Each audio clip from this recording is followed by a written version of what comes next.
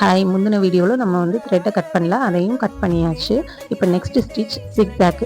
இந்த ஸ்டிச்சை வச்சு நம்ம என்னெல்லாம் பண்ணலான்னா, ஒரு ப்ரைடல் ப்ளவுஸை வந்து கம்ப்ளீட் பண்ணுறதுக்கு இந்த ஸ்டிச் ரொம்ப இம்பார்ட்டண்ட்டாக இருக்குது. அதாவது ஒரு ப்ரைடல் ப்ளவுஸில் நெட் அட்டாச் பண்ணுறாங்க இல்லையா, அந்த நெட்டை எப்படி அட்டாச் பண்ணலான்னா இந்த ஸ்டிச்சை வச்சு தான் நம்ம வந்து அட்டாச் பண்ணுவோம்.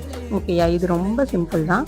நார்மலாக நம்ம செயின் ஸ்டிச் போட்டுட்டு நெக்ஸ்ட் என்ன பண்ணுவோம்னா, அந்த செயின் ஸ்டிச்சை ஃபினிஷ் பண்ணி அந்த ஸ்டிச்சஸில் இருந்தே அப் அண்ட் டவுன் எடுக்க போகிறோம்.